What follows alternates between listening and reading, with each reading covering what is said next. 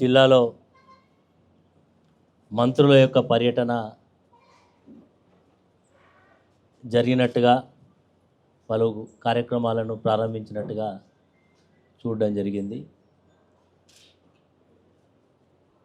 నిన్న గోరికొత్తపల్లిలో పోలీస్ స్టేషన్ను ప్రారంభించిండ్రు, సంతోషం. మేము కూడా మండలాన్ని ఏర్పాటు చేసింది ప్రజలకు ప్రభుత్వ సేవలు మరింత దగ్గరగా ఉండాలనే ఉద్దేశంతో గోరికొత్తపల్లి ఒక మండల కేంద్రం చేయడం జరిగింది. మొన్న గత వారం క్రితమే అక్కడ ఒక police station, primary health centre, అదేవిధంగా ఒక రెసిడెన్షియల్ స్కూలు, అన్ని రకాల సేవలు అందించడానికి ప్రభుత్వం చొరవ చూపెడితే బాగుంటుందని కూడా సూచన చేసినాం. నిన్న పోలీస్ స్టేషన్ ఏర్పాటు చేస్తాం. కానీ ఏర్పాటు చేసినది ఎక్కడ? పిల్లలు చదువుకునేటువంటి స్కూల్లో పోలీస్ స్టేషన్ను తాత్కాలికంగా ఏర్పాటు చేయడం జరిగింది. పోలీస్ స్టేషన్కు ప్రతి సందర్భంలో కూడా ఎక్కువ మంది అనేక రకాల ఇబ్బందులతో వస్తారు, కంప్లైంట్స్ ఇచ్చుకోవడం వస్తారు. కాబట్టి అక్కడ ఉండేటువంటి స్కూల్లో చదువుకునేటువంటి విద్యార్థులకు మరి ఇబ్బంది కలుగుతుంది. కాబట్టి ఆ యొక్క పోలీస్ స్టేషన్ను ఎక్కడైనా ప్రైవేట్ హౌజెస్ చాలా వరకు అక్కడ రెంట్స్ కూడా దొరుకుతాయి. ప్రైవేట్ హౌస్లో కనుక పెడితే ఎవరికి ఇబ్బంది ఉండదు. మరి ఆ ఏర్పాటు చేసినటువంటి పోలీస్ స్టేషన్కి కూడా పక్కా భవనానికి కావలసినటువంటి నిధులను కూడా తీసుకొస్తే బాగుంటుంది. ఎందుకంటే మిగతా ఇన్స్టిట్యూషన్స్ వేరు, పోలీస్ స్టేషన్ అంటే ఒక 20 మంది కానిస్టేబుల్స్, ఇక్కడ వాళ్ళ సిబ్బంది వాళ్ళు ఉండడంతో పాటు పలు రిప్రజెంటేషన్స్ వస్తుంటాయి, ఎక్కడైనా లా అండ్ ఆర్డర్ ఇష్యూస్ వస్తాయి. కాబట్టి స్కూల్ ప్రాంగణంలో కాకుండా వేరే దగ్గర పెడితే బాగుంటుందని ప్రభుత్వానికి ఒక సూచన చేస్తాను. అదేవిధంగా ఇక్కడ ఉండేటువంటి అధికార పార్టీ నాయకులు ప్రతిపక్షంలో ఉన్నప్పుడు ప్రజా సమస్యలను ఎత్తు చూపెట్టడం అనేది ప్రతిపక్ష పాత్ర. మేము ఏ అంశాన్ని లేబట్టినా అతనికి ఉండేటువంటి వ్యక్తులతోటి ఎదురుదాడి చేయించే ప్రయత్నం చేస్తూ ఉన్నారు. మేము నిర్మాణాత్మకమైనటువంటి సూచనలు మాత్రమే చేస్తూ ఉన్నాం. ఈరోజు దాని మీద దృష్టి పెడితే బాగుంటుందని కూడా సూచన చేస్తూ ఉన్నాం. ఈరోజు నిన్న మేము అధికారంలో ఉన్నప్పుడు ఆ రోజు మొత్తం కూడా 2 బెడ్రూమ్ల ఇళ్లకు సంబంధించినటువంటి లబ్ధిదారులను ఎంపిక చేసి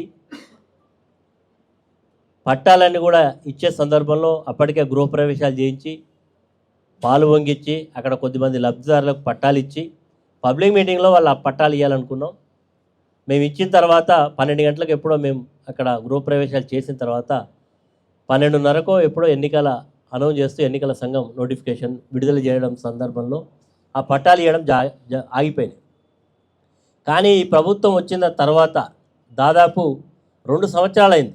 ఆ ఇల్లు మొత్తం కూడా పూర్తయిన తర్వాత ఇప్పటి వరకు కూడా లబ్ధిదారులు పాపం చాలామంది కలెక్టర్ దగ్గరికి, ఎమ్మెల్యే దగ్గరికి, శ్రీధర్ బాబు దగ్గరికి చాలామంది పోయి రిప్రజెంట్ చేసి, అయ్యా మేము ఇల్లు లేనటువంటి కడు పేదలం, మాకు ఇల్లు గత ప్రభుత్వం శాంక్షన్ చేసింది, ఆ రోజు సాంకేతిక కారణాల వల్ల మాకు ఇవ్వలేకపోయింది, మా ఇల్లు మాకు ఇవ్వండి అని చెప్తే 2 సంవత్సరాలైంది ఇప్పటిదాకా దాని గురించి. కానీ అంతా కూడా గోప్యంగా చేస్తూ ఉన్నారని చెప్పి ఈరోజు నాకు నిన్న చాలామంది ఇక్కడ నుంచి ఫోన్స్ రావడం జరిగింది.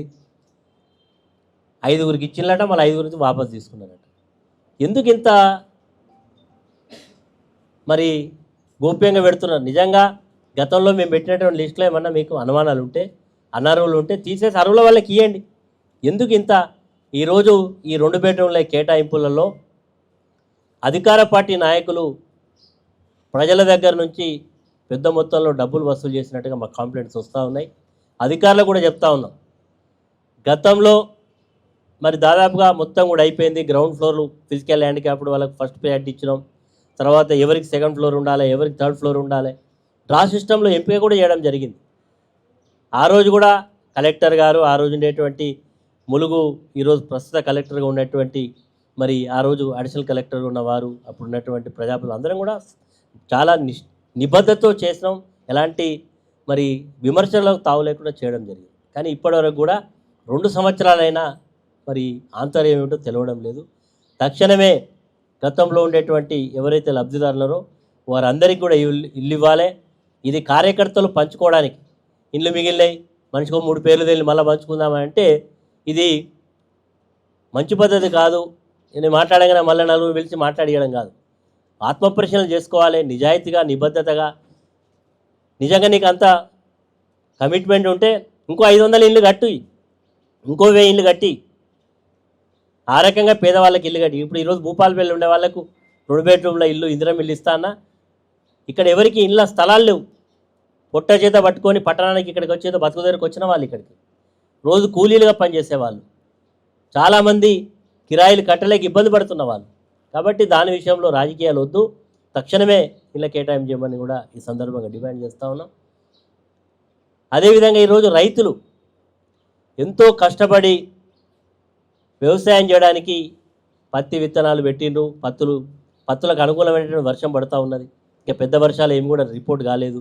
ఎక్కడ కూడా చెరువులలో ఆశించిన స్థాయిలో నీళ్లు రాలేదు. కానీ ఇప్పటికే ఎరువుల యొక్క కొరత చాలా పెద్ద మొత్తంలో రైతులకు ఎరువులు దొరుకుతలేవని చెప్పి మాకు రైతులు ఫోన్లు చేస్తూ ఉన్నారు. ఈరోజు చెప్పులు లైన్లలో పెట్టి 7 గంటలకి పోయి అక్కడ పోయి నిలబడి మహిళలు అనకుండా వృద్ధులు అనకుండా అందరూ కూడా పోతే 1 బస్తా 2 బస్తాల ఎరువులు కూడా దొరకనటువంటి పరిస్థితిలో ఉన్నది. కాబట్టి తక్షణమే, ఎందుకంటే భూపాలపల్లి జిల్లా ఉమ్మడి వరంగల్ జిల్లాలో అత్యధిక ఎక్కువగా సేద్యం చేసేటువంటి జిల్లా. పత్తి కానీ, మిర్చి కానీ, వడ్లు కానీ మిగతా పంటలు ఉంటాయి కాబట్టి డిమాండ్ కూడా ఎక్కువ ఉన్నది. కాబట్టి దాని విషయంలో ఎరువులను తక్షణమే రైతులకు అందే విధంగా చూడాలని మీ ద్వారా కోరుతూ, ఇంకా చాలా విషయాలున్నాయి. ఎందుకంటే ఒకేసారి అన్ని మాట్లాడుతూ ఉండే ఈ ప్రభుత్వం వచ్చిన తర్వాత ప్రజలు సమస్యలతో కొట్టుమిట్టాడుతూ ఉన్నారు. జిల్లాలకు మంత్రులు వస్తూ ఉన్నారు. మంత్రులు అంటే వాళ్ళు ప్రభుత్వాన్ని నడిపేటువంటి వ్యవస్థ.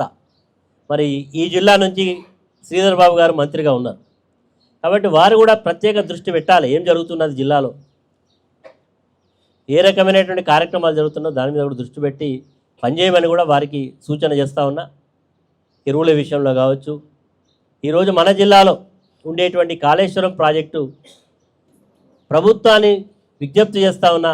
ఇప్పటికే కొన్ని వేల క్యూసెక్లు, లక్షల క్యూసెక్ల నీళ్లు సముద్రంలో కలుస్తూ ఉన్నాయి. ఎందుకు మీకు బేసిజం పట్టింపులు? రైతులకు సంబంధించినటువంటి రైతులతో రాజకీయాలు అవసరమా మీకు? తక్షణమే మోటార్లు స్టార్ట్ చేయమని కూడా మరొకసారి డిమాండ్ చేస్తూ, మరి కార్యనిర్వాహక అధ్యక్షులు కేటీ రామారావు గారు 27వ తారీఖు నాడు భూపాలపల్లి ఇదే పార్టీ కార్యాలయానికి వస్తూ ఉన్నారు. ఆ రోజు పార్టీలో ఉండేటువంటి ముఖ్య కార్యకర్తలతో కూడా సమావేశం అవుతారు. మరి అదేవిధంగా మా పార్టీలో సీనియర్ నాయకుడిగా ఉన్నటువంటి మాజీ market committee chairman Kodari Ramesh గారి తండ్రి గత సంవత్సరం వారు చనిపోవడం జరిగింది. వారి యొక్క తండ్రి సంబంధించినటువంటి కొడారి కుమ్రయ్య గారు ఇస్పేట గ్రామానికి సర్పంచ్గా సేవలు అందించిండు. ఆయన మరి తండ్రి గారి యొక్క విగ్రహాన్ని పెట్టుకుంటానని అనుకునే సందర్భంలో కేటీఆర్ గారు ఆ యొక్క విగ్రహాన్ని కూడా ఆవిష్కరిస్తారు. మొగుళ్ళపల్లిలో అక్కడ మా పార్టీ కార్యక్రమంలో పాల్గొని మధ్యాహ్నం 2 గంటలకు ఇక్కడ మరి పార్టీ యొక్క కార్యాలయంలో కార్యకర్తల సమావేశంలో పాల్గొంటారు. మరి వారి యొక్క రాక సందర్భంగా కూడా మీ ద్వారా మా శ్రేణులందరినీ కూడా పెద్ద సంఖ్యలో పాల్గొనాల్సిందిగా కూడా ఆహ్వానిస్తున్నాం